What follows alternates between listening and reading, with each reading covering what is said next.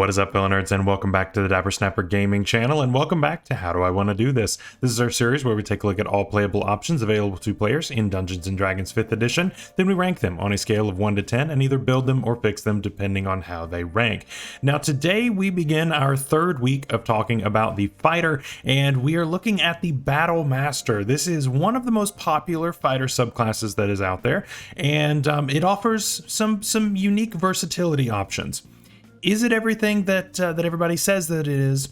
We'll have to find out today, but before we do, make sure to leave a like on the video and subscribe if you haven't already. As you can see, most people who watch the channel are not subscribed, so please don't be one of those people. Help us to reach our goal of 2,000 by the end of this year. We are well on track, and I have to say, over these past few days, you all have been killing it with subscribing, with watching the videos, with liking, all of that great stuff. You all have been doing an awesome job, so thank you all so much. We are well on our way to 2,000. But we need just a little bit more of a push, and I really think we can get there. Of course, make sure to click the bell once you have subscribed so you don't miss any future videos, and share the video with your friends. The Battlemaster seems to offer some versatility options that are really unseen by any of the other fighter subclasses, and namely this comes in Battlemaster maneuvers. Now, we have spoken about maneuvers briefly when we talked about the superior technique fighting style, when we talked about that in our original fighter video, which I'll put up in the icon above right there for you. But this gives you the full range and makes them a little bit better than what you would have access to in a fighting style, and the entire subclass is really built around this maneuver idea. Is it enough to sustain the subclass and make it one of the best?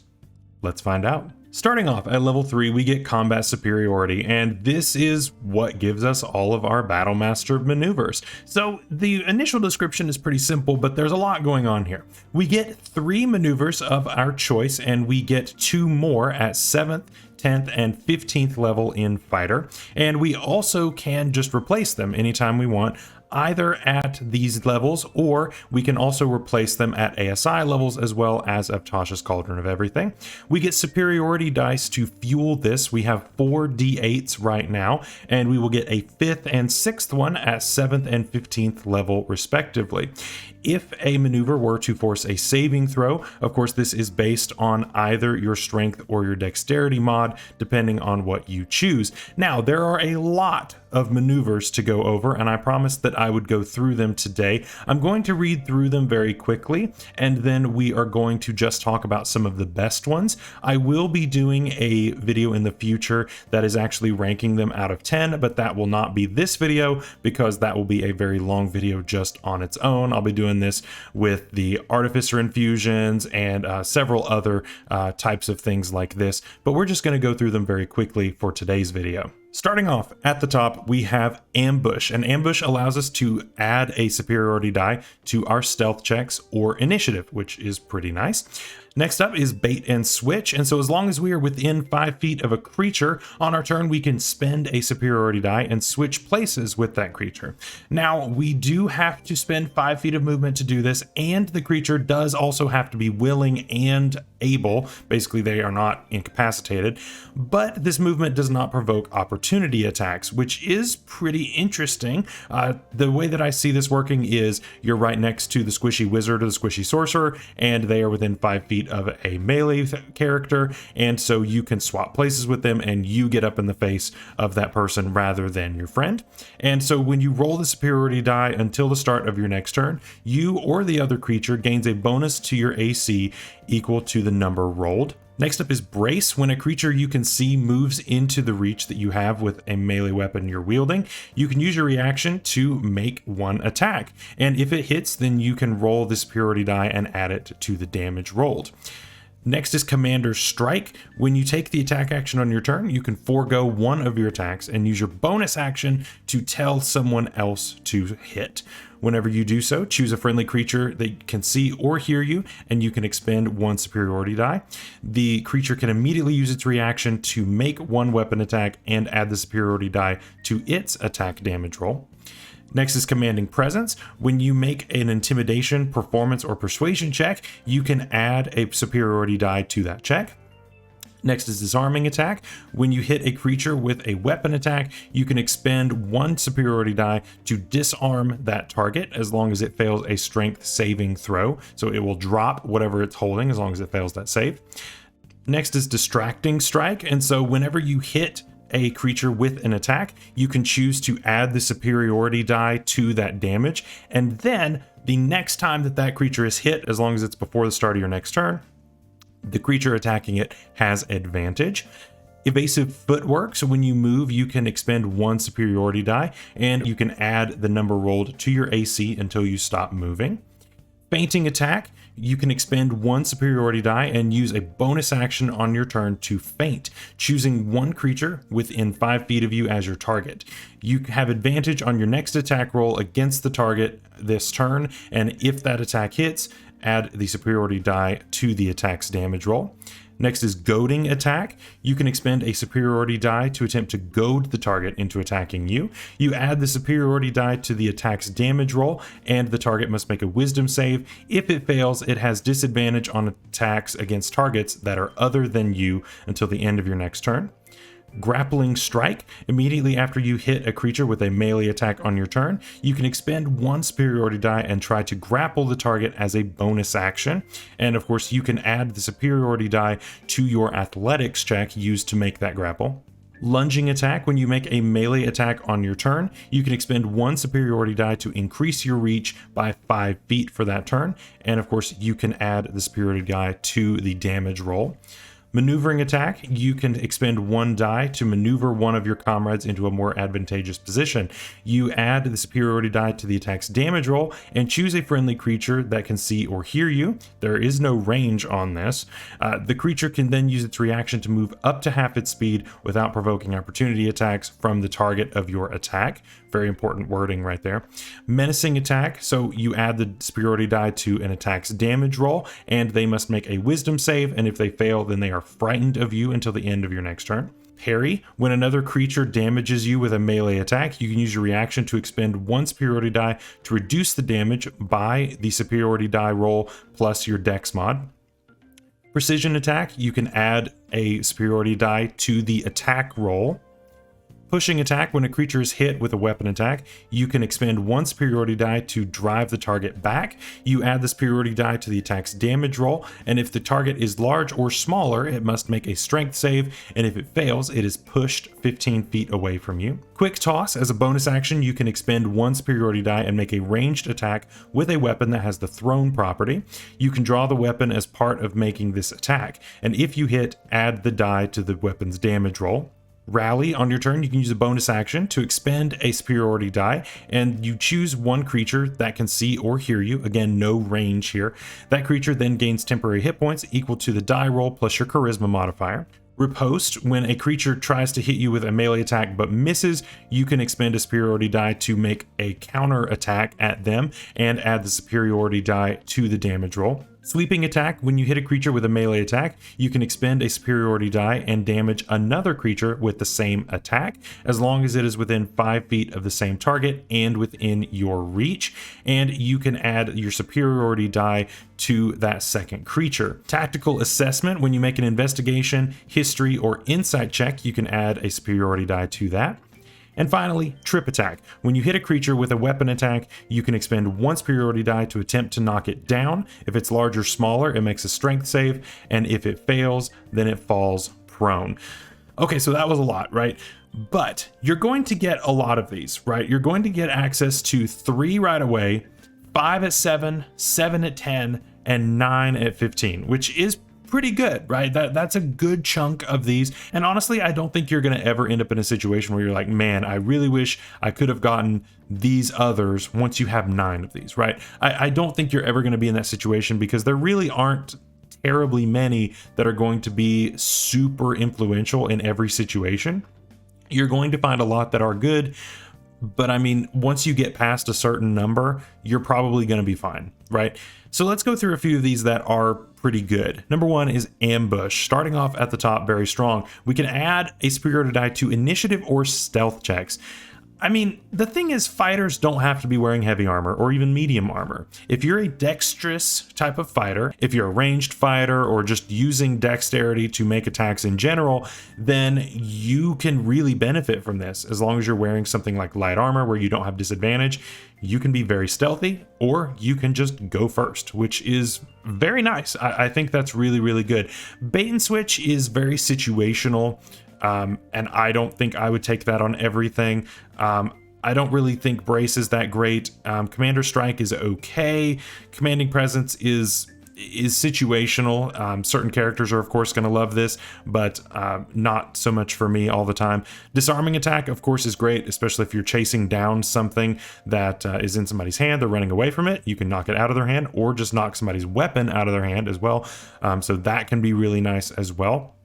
Distracting strike can be really good for setting up your rogue, could be good for setting up your paladin, just helping someone else to be able to get advantage on their next strike. So that is really, really good.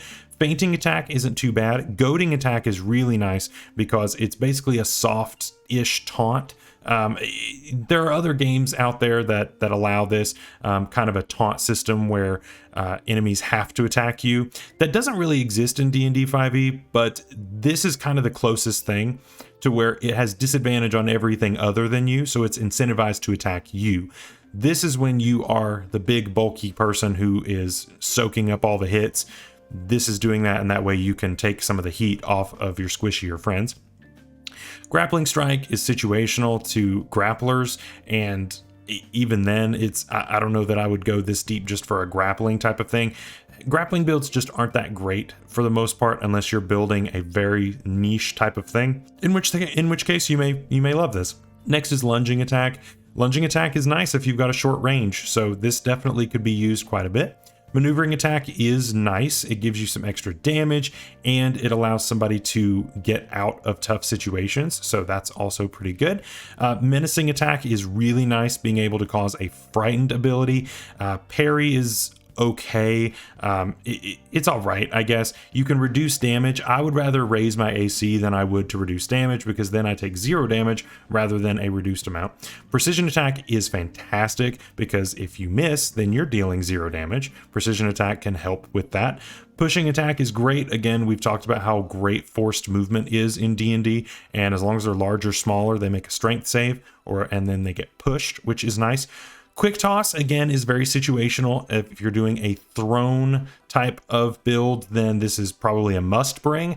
If you're not doing thrown weapons, then you probably don't care. So it is what it is. Rally is fine. Riposte is fine, I guess. I don't think it's too bad, but again, you've got to be really up in there and ready to have attacks miss you. Again, you're going to want a high AC for this kind of thing. Sweeping attack, I wouldn't bring it. I don't think it's great. Tactical assessment, again, that is very situational. Trip attack is fantastic because trip attack, of course, if you knock somebody down on your first attack, you get advantage on every other attack on your turn. That is your extra attack. That is your action surge. All of that good stuff you can just pour into the opponent that has now been knocked on the ground. So combat superiority as a whole, obviously this is a very complex type of feature that gives you a lot of options.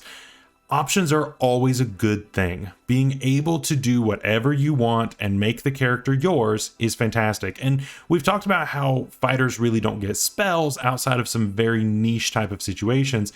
These are basically non-magical spell effects. It's basically what these are. You get a lot of really cool things that you can add on, and a lot of them add extra damage, which is always good. Some of them allow you to do some out of combat things. Some of them allow you to do some really cool in combat things that don't have to do with damage. And so all of these things really add up to a really fantastic base feature that we are looking at for looking at the entirety of this subclass. This gets a 10 out of 10. I cannot go any less because of the customizability that you have here, because there are so many good options throughout this list. Yeah, not all of them are winners, but the vast majority of them are at least pretty good. So overall, this is a absolutely fantastic feature. Also at level 3, we get Student of War, which is much less exciting than what we just talked about. we get proficiency in one artisan's tool of our choice. I've talked about this many times on the channel before. Tool proficiencies aren't that great in D&D 5e. Yes, you've got the Xanathar's rules that allow you to have them assist you with certain checks and that sort of thing, but even then, I don't think that having proficiency in an artisan's tool is all that crazy. It's a ribbon feature, so you take what you can get. But I mean, overall, it's going to be a 5 out of 10. I would rather get something a little bit more useful, but tools just really aren't that great in 5e. At level 7, we get Know Your Enemy, and this allows you to size up the opponents that you are facing. So with this, if you are able to spend 1 minute observing or interacting with a creature outside of combat, you can learn certain things about it. Your DM can tell you whether it is your equal, superior, or inferior in regard to 2 of the following traits: strength score, dex score, constitution score, armor class, current hit points, total class levels, and fighter class levels. This feature is an interesting one to me. I don't think it's all that busted, but it's also not terrible either. So you have to spend a minute observing or interacting with something. Observing seems like a very, very open-ended way of putting this.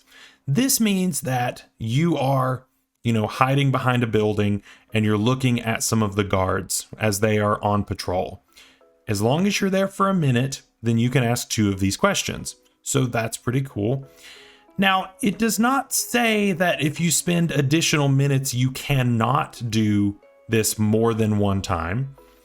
There is not a limit on this, and there probably should be, but there isn't one currently. So you could stand there for a minute and learn strength and dex score. Stand there for another minute, learn constitution score and armor class.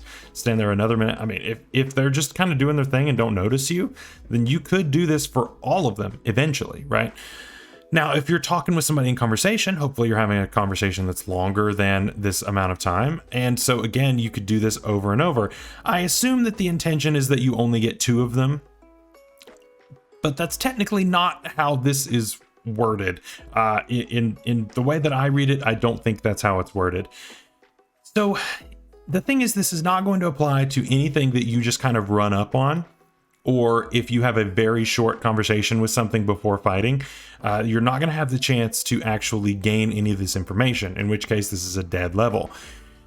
But I would say in a decent amount of encounters, say Curse of Strahd, you have dinner with Strahd beforehand, right? You could use this when you're having dinner with him.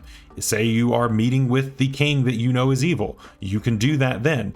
Now, this doesn't say whether or not this would help, say if something is a shape changer, if their stats change based on the shape that they're taking.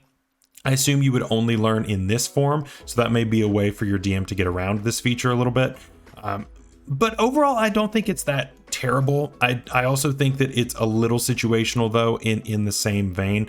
So I'm going to give this a 7 out of 10. I think it's good. It's not great, but it can give you some valuable information as far as what kind of saving throws you want to target.